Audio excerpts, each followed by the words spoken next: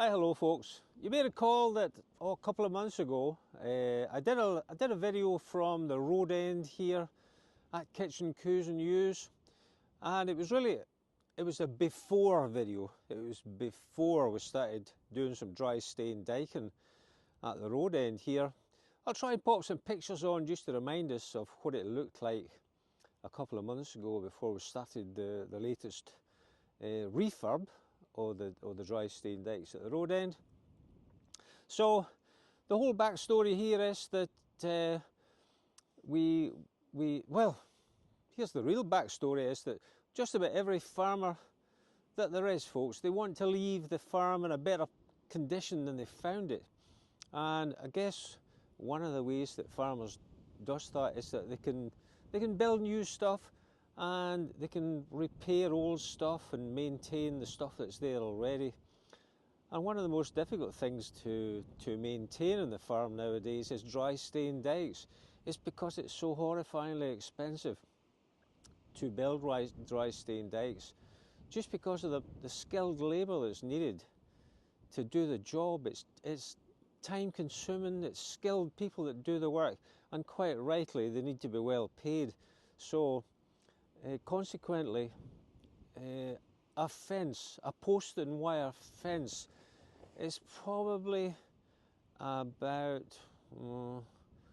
30% of the cost of a dry stain dike. So what most farmers do is, and I'm guilty myself, instead of repairing the dike, they just put a new fence up the side of the dike.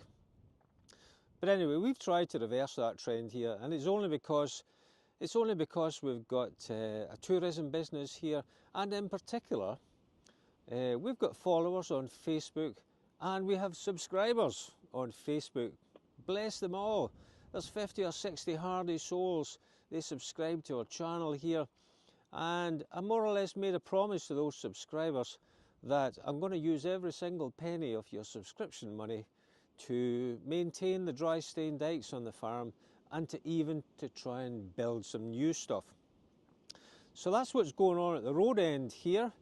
Last year, the 2023 subscribers' money, it went to fixing up this bit of dry stain dike on this side of the road here. Just it beautifully sets off our signpost here behind me.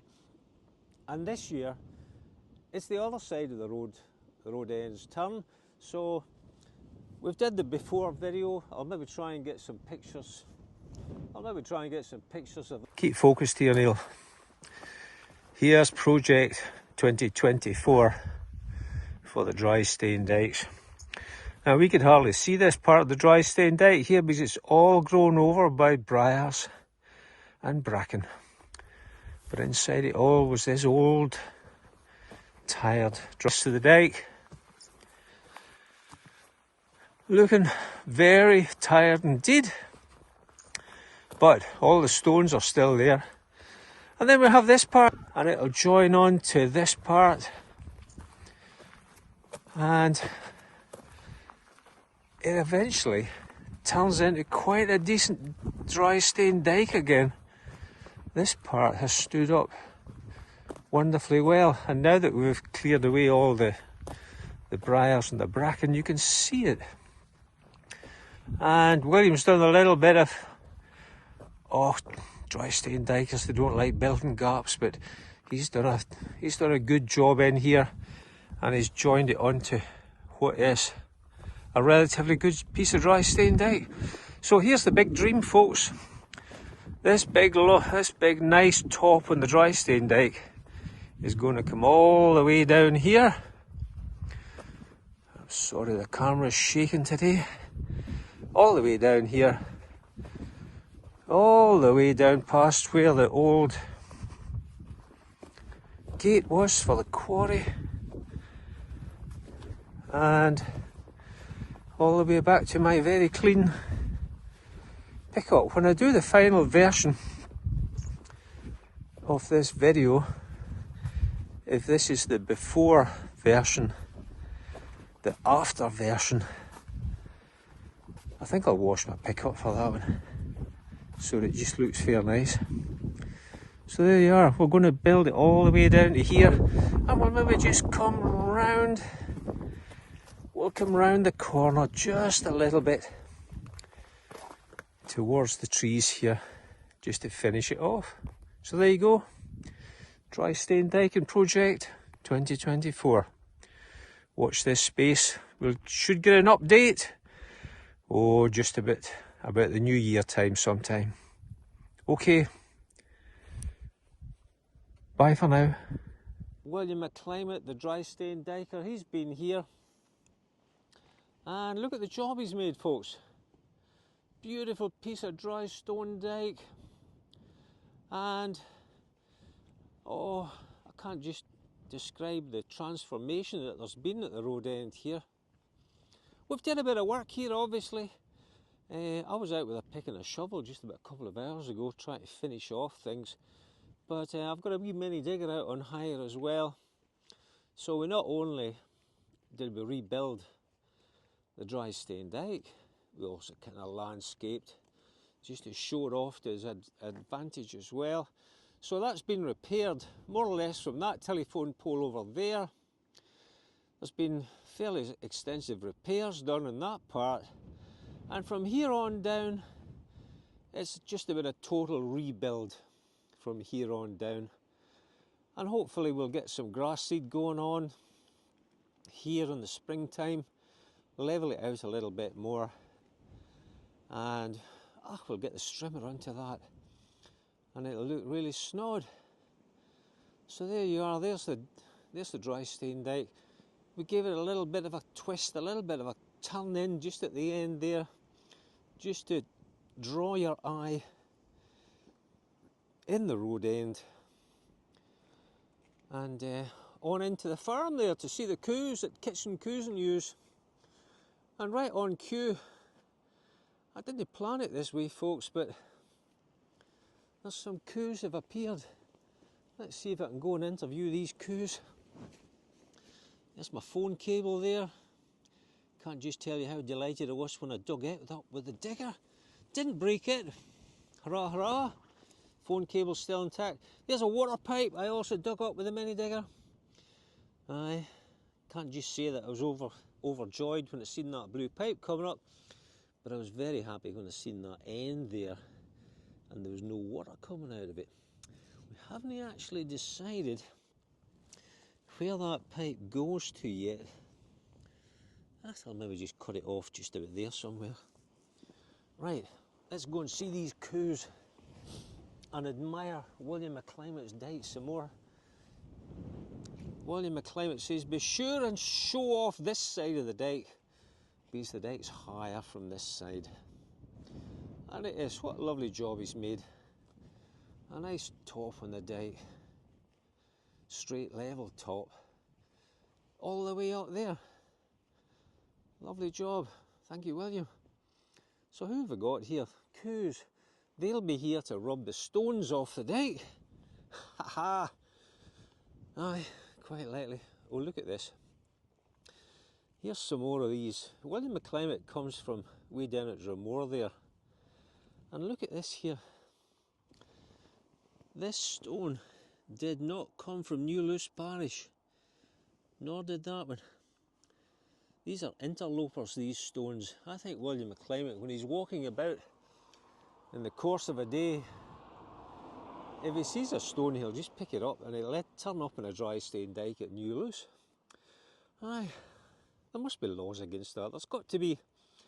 But it works the other way around, of course, because I do believe there's a big old stone from this farm is now built into the wall round about the Mullagallowy Lighthouse. I'm going to go and have a look at it someday. This is Bossy Bernice here. Look at that Dawson. Look at the hairstyle that she's got in her Dawson here. She is fabulous looking. And the reason she's called Bossy Bernice is because she does tend to boss human beings round about just a little bit. I'm not going to approach her because it's a bad habit for her to get into, to interact aggressively with people. So I'm not going to engage her at all. And hopefully she'll mend her ways and she won't be so bossy. But she's one of Rory's daughters. Her dad is Rory of Glengorm, and boy does she have her daddy's Dawson. She's beautiful. So there you are, that's Bernice. Bernice the the third or the fourth or the fifth, I'm not sure. There's so many Bernice nowadays, I've lost count. And so Bernice behind me there, and this one here, these are first time in calf heifers. So these will be like 3 years old when they, or will they be 4 years old? They'll be 3 years old when they have their calves in the spring time. And this is Millish, and Millish, apart from anything else, is Chase's favourite coup. We shouldn't have favourites, but Millish is definitely a big favourite with Chase, and why not? She is beautiful. And Millish is Gaelic for sweet, apparently. And Millish's mum is called Caramel. I think you can see what we did there. Caramel had Millish, which is sweet. And this one here is Bana Pronsa Riavacht, which I believe is Gaelic for the brindled princess, or as we call her, Beyonce. Beyonce's far easier to remember than Bana Pronsa Riavacht.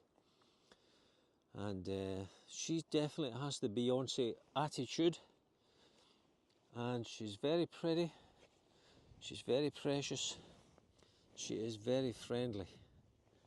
And there will be a calf, not in this side, the calf will be lying over on this side, right in here. Calf will be lying there, and we'll get a look at that wee calf in March, hopefully. There you go, and that will be an exciting day, Beyonce. So there you are, folks. That was a wee added bonus here, that the Coups just happened to come along when we come to admire and to gaze upon William McClymott's dyke. So thanks once again to our subscribers, those hardy souls who I neglect terribly for 9 months of the year, but for 3 months of the year they get the inside track every day on what's happening in the calving field. We do a live video every morning during the calving time, and that goes on to our live feed to all of our followers, and then our subscribers. They get the inside story in the afternoon about what has happened throughout the day. That's the added benefit of being a subscriber here at Kitchen Coups and Ewes. You get the inside track on what's going on throughout the day. And I don't know about my subscribers, I'm beginning to get excited about next year's calving already.